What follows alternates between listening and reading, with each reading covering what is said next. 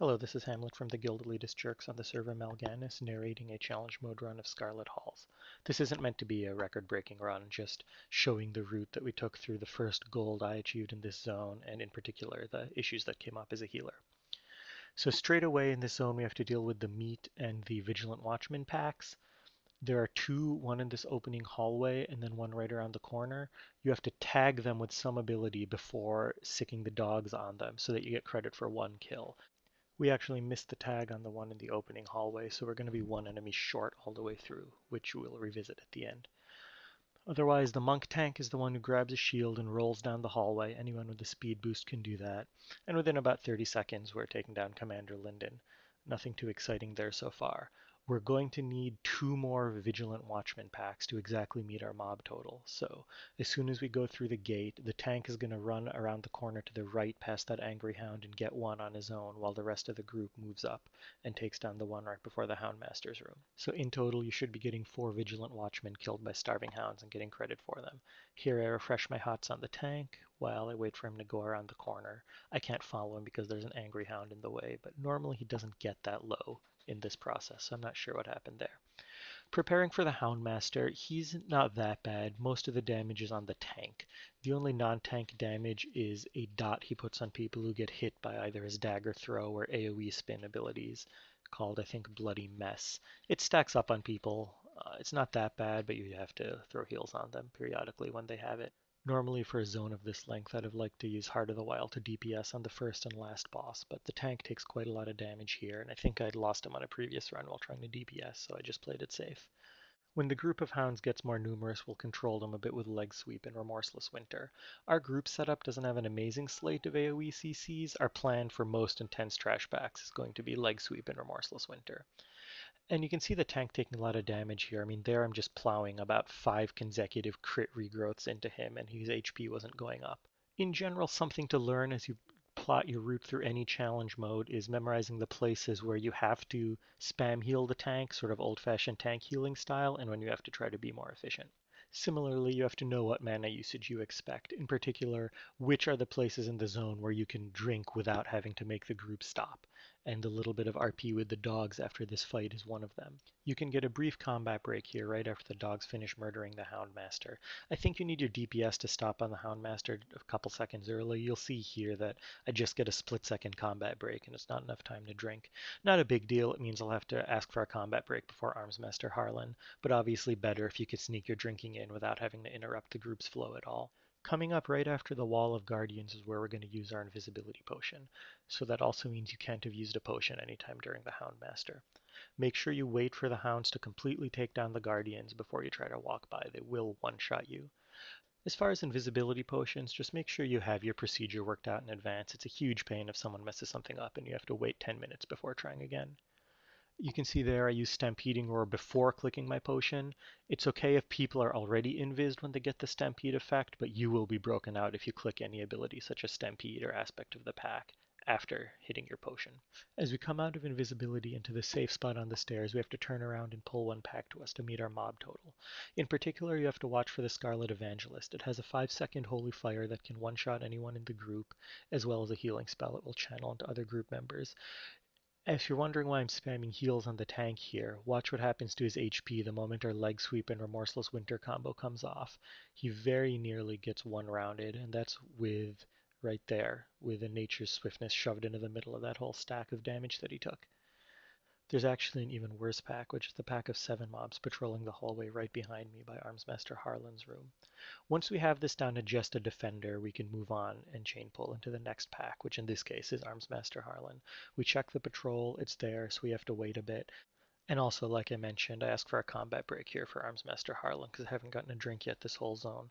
Normally you want to plan your routes so that you never have to ask your group to stop and drink, but if something happens and you don't break combat at a point in the run where you're supposed to and you are out of mana, it only takes a few seconds to have them kill off the mob before pulling the boss, start your drink, and then the tank can move in, especially if it's a not that scary boss where you can drink through the first few seconds of it.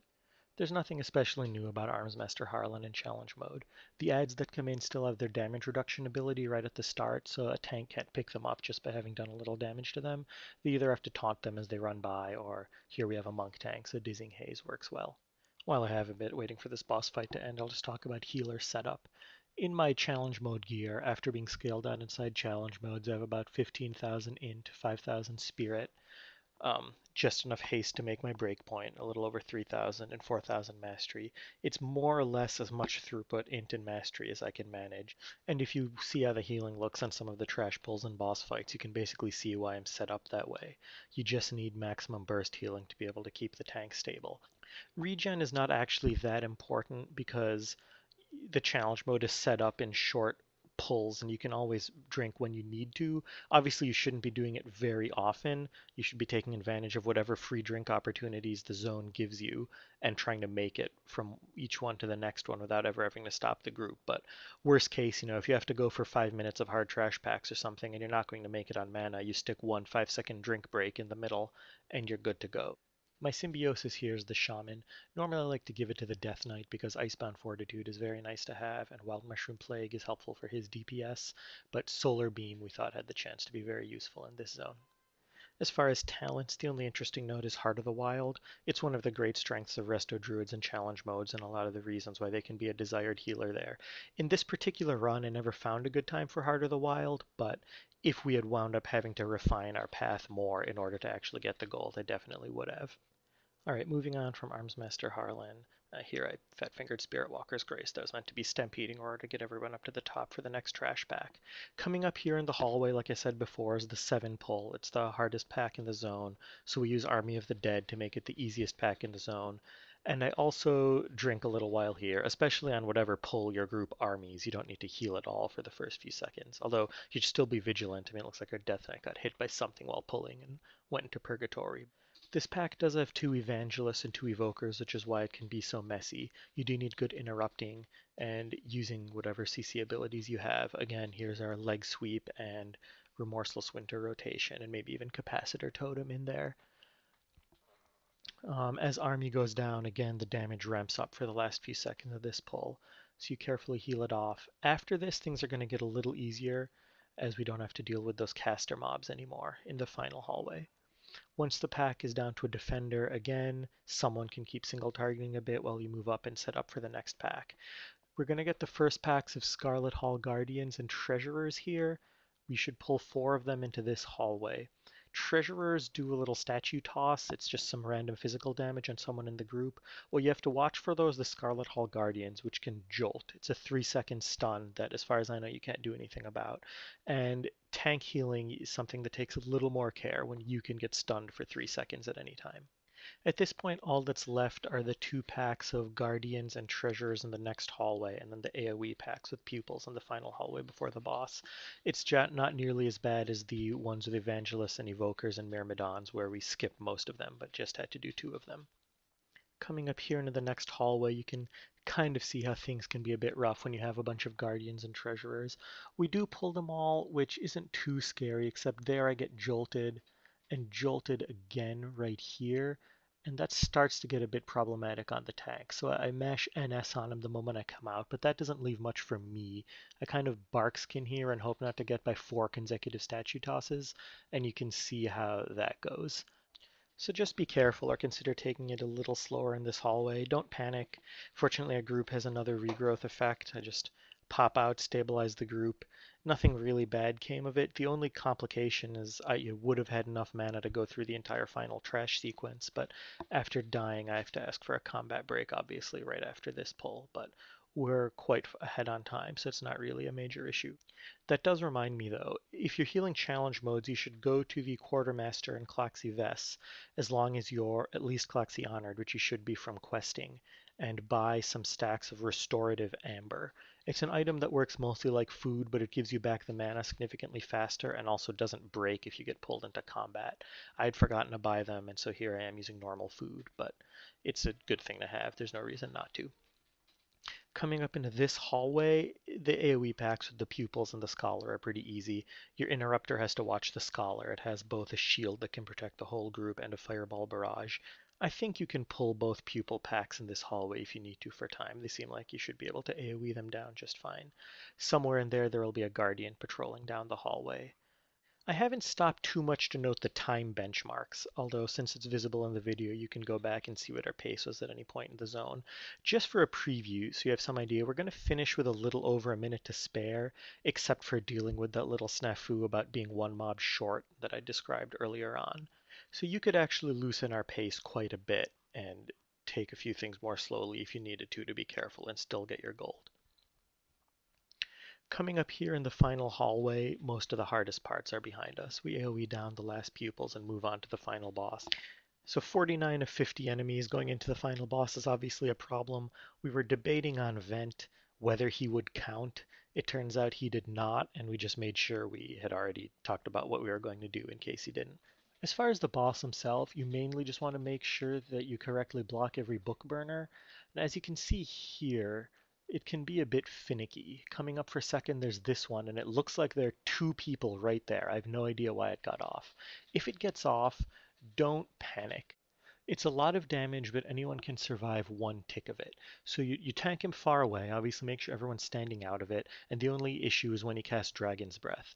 And everyone sort of has to do a good job of getting behind him here and then quickly ducking around his body and only taking one tick. In the confusion here, someone gets hit by the Dragon's Breath, but as long as you dispel it before the dot ticks once, you can actually save them, so it's definitely a good thing to watch out for on this fight. Once all our problems here are sorted out, it's back to his normal, straightforward self. It's a good time to use Heart of the Wild and fill in on a bit of DPS. We were so far ahead in time, I didn't worry about it too much since I was mostly just concerned about making sure there were no issues. There we do a book burner just fine. And so, as you can see, we're coming in here on pace to finish him off with a little over a minute to go. Even though we have to go back to fill in an enemy that we missed somewhere, it wasn't because we skipped something that we shouldn't. It was just because we didn't get credit for that first Vigilant Watchman at the very beginning of the zone. So here, the main part of the run, the boss himself is going down with, looks like it's going to be just about 1:12 left on the clock. So that's not bad at all. Here, because we were expecting it, I stampeded us backwards to the room with the cannoneer so we could just go finish off one more mob. If something like this happens to you in any challenge mode, just don't panic. You have to run back, usually to whatever room you invis past, and find one trash pack and kill one mob in it. As long as you sort of keep your wits about you and heal properly and don't wipe, which would obviously be sad. You just let your DPS burst down one mob, and then as soon as you kill it, which counts as completing the challenge mode, everything else will despawn. So otherwise, this was my fourth challenge mode gold. I think Scarlet Halls is still in roughly the easiest third of the zones. Of the ones I've done so far, Mogushan Palace is harder. I do hope to get more videos made of all the ones that I still have yet to do, and hopefully at some point of the few that I've done already. For now, please tell me what you thought of this video, whether it was helpful for you in trying to do the challenge on your own as a healer or otherwise, or